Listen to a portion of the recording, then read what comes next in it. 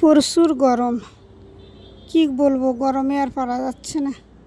তার ভিতরে রান্না বান্না, খাওয়া দাওয়া, ভিডিও বানানো একদম অসহ্য মনে হচ্ছে।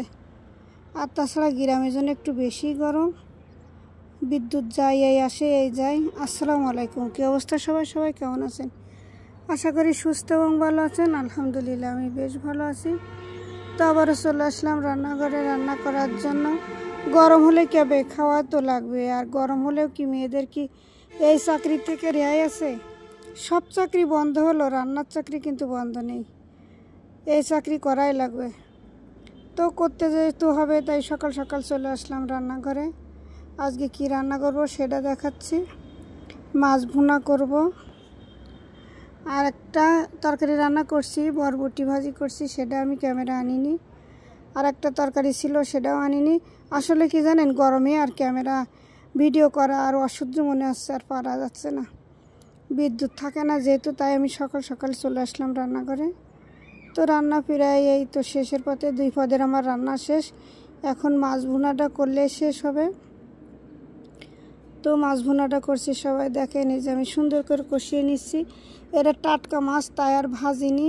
আসলে কি জানেন, আমরা আবার পুকুরের মাছ, ঘেরের মাছ এগুলো টাটকা নিয়ে আসলে না, আমরা একটু টাটকা মাছ টাটকায় রান্না করি আর কি, ভেজে রান্না করি না। যেহেতু পুকুরের মাছ, তাজা মাছ, এই জন্য রান্না করব না, ভেজে রান্না করব না। তো ফ্রিজের মাছ হলে ভেজে রান্না করি।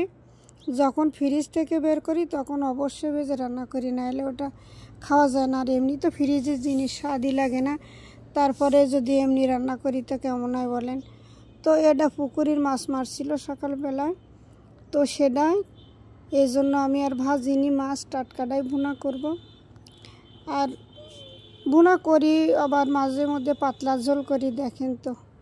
কারণ আমাদের সাতক্ষীরার মানুষ একটু ঝোল খেতে পছন্দ করে, তো এই জন্য একটু ঝোলও খাওয়া পড়ে আমাদের। তো কিন্তু ভালো লাগে। আসলে কি জানেন, যার যে এলাকার রান্না, সে এলাকার রান্না সে তার কাছে ভালো লাগে। আমাদের সাতক্ষীরাতে সবাই কিন্তু এমন রান্না খায়, পাতলা ঝোল মাছের, কিন্তু ভালোই লাগে। আর আমি দেখছি অন্য জায়গায় কিন্তু মাছ ভুনা খায়, আমরা আবার খেয়ে স্বাদ পাই না। আবার ভেজে রান্না করে, মাছ ভেজে রান্না করলে তেমন স্বাদ হয় না, কিন্তু কাঁচা মাছটা, টাটকা মাছ কিন্তু ভালোই লাগে খেতে। তো যার যে দেশের রান্না, সে সেরকম রান্না করে, সেরকম খায়।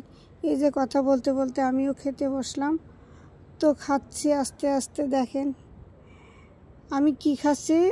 আর আগের খিচুড়ি ছিল একটু, তাই খাচ্ছি। সবাই ভালো থাকবেন, সুস্থ থাকবেন। আজকের মতো বিদায় নিলাম।